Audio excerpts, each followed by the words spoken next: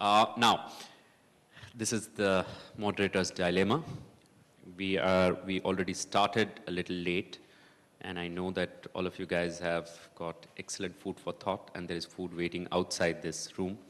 So what I intend to do, and with the permission of all the panelists, is open the house for 2 questions, keep them as brief as possible, to the point, because remember, you are jeopardizing your and your co-host's interests if you stay a little longer. So yeah, I can already see one hand, and can I see one more hand so that I can look at it? Okay, so we have 2 questions. Those are the 2 questions we are taking. If you have, please identify yourself. Please direct your question to the panelist to whom you have the question. Yeah, good afternoon, gentlemen. This is Sanjay Vidyarthi from Jabil. I heard about all the good stuff about how the industry is evolving, as well as the problems which are there. But folks, none of you guys have actually suggested any solutions. So Vimal, coming to your point, you have such a bill that in a cash-strapped industry, which on November 12th is going to become going to take another hit on cash. How do you intend to resolve that problem?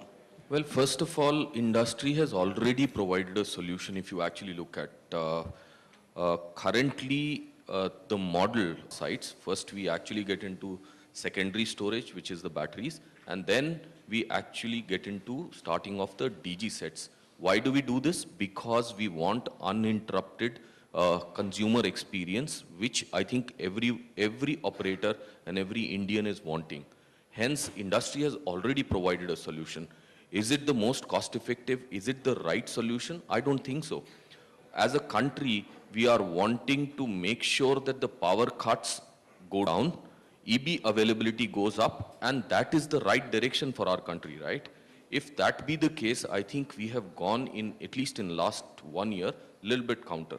Now, there is one more aspect to it, and when we start to talk of diesel, I think it's become a bad word. If you look at, for industry like ours, EB is the problem, and diesel actually is the solution which we are actually burning. Do we want to do that? No, we are forced to. Now, what is it that industry has done? Industry came together and they started to get into this model, which is a RESCO model, in which we are actually trying to promote companies who can actually generate electricity in a decentralized manner, which is non-renewable, or which is the renewable, and supply it to tower industry, which we would be doing power purchase agreements and purchasing power from them.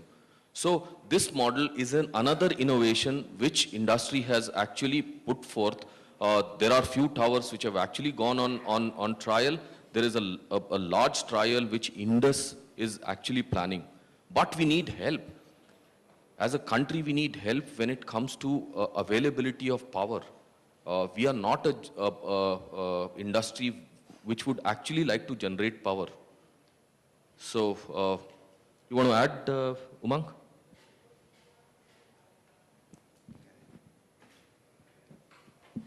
I think what Vimal is saying is on the same track. Basically, we have to also work on some core specialization. And as far as the tower companies are concerned, they are basically passive infrastructure providers, where the EB input was supposed to be a given. Now the fact is that it is not. And therefore you have to find alternative means to fulfill the quality of service, 24/7 services and so on. This initiative that we took as the Tower Industry Association was therefore to see that instead of we trying to become experts of something of which we are not, we encourage the growth of this RESCO, which is the Renewable Energy Service Companies, who will focus on their specialization, and we in fact become an anchor customer to them.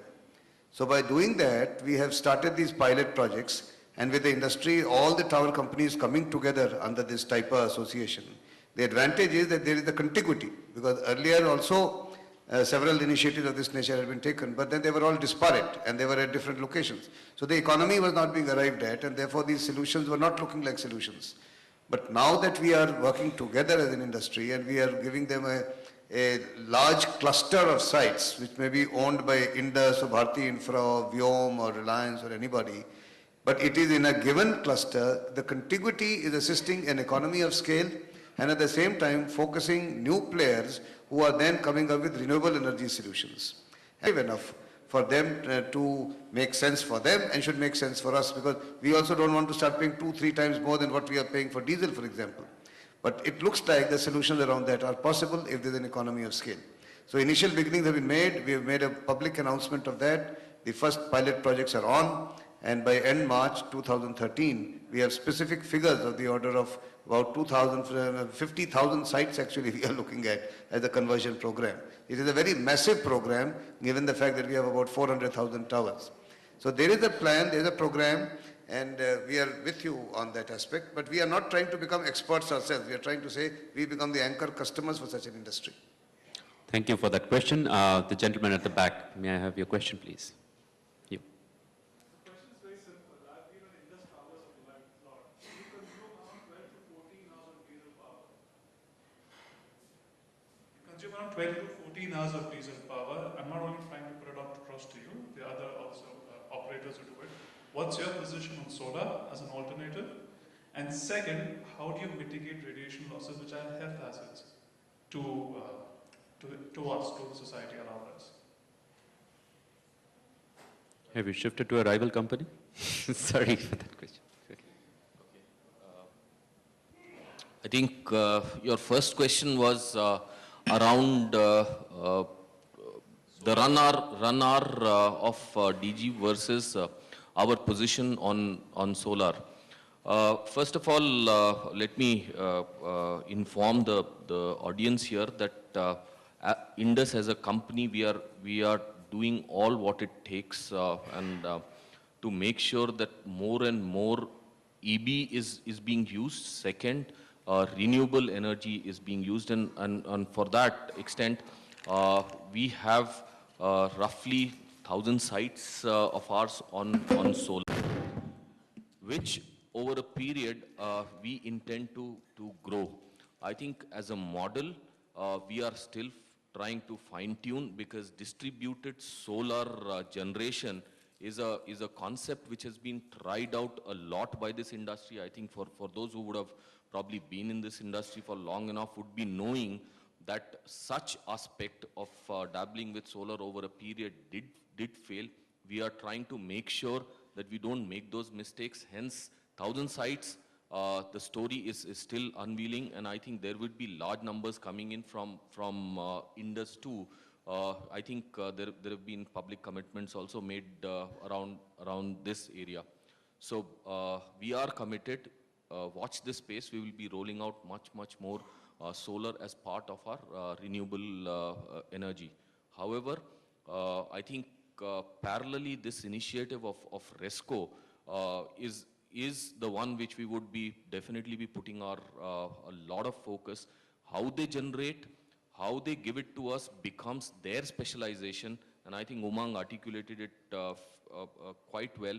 If it is biomass or if it is solar, it becomes their specialization, and we would be buying power. That's the model we would actually like to promote going forward, and as an industry. So I hope it answers your question. Thank you. Thank you for that question. Actually, that was a very interesting question, and sorry for the jibe. I think Jan has, yeah, please.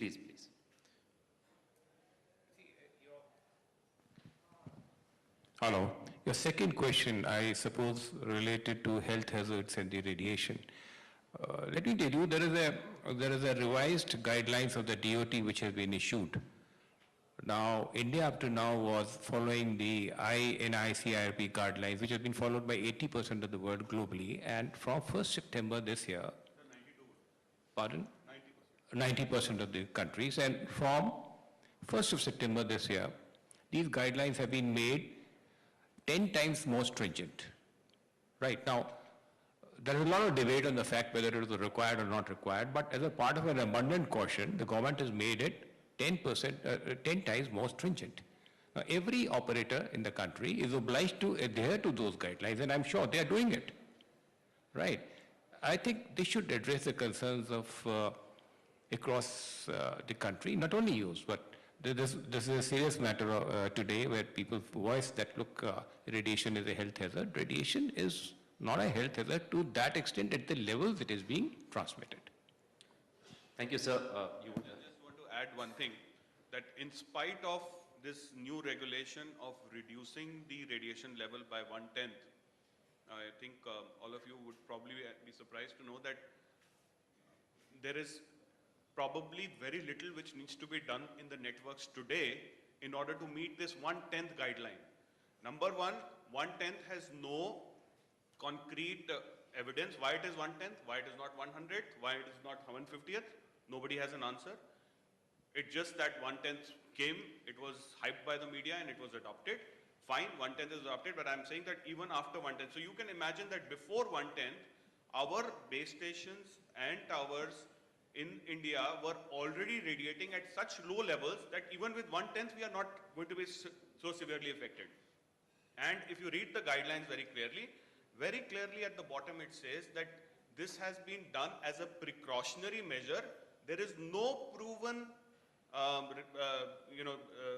record or proof. theory which says that there is any effect of radiation on human tissues. Thank you, Amit, for sharing that perspective.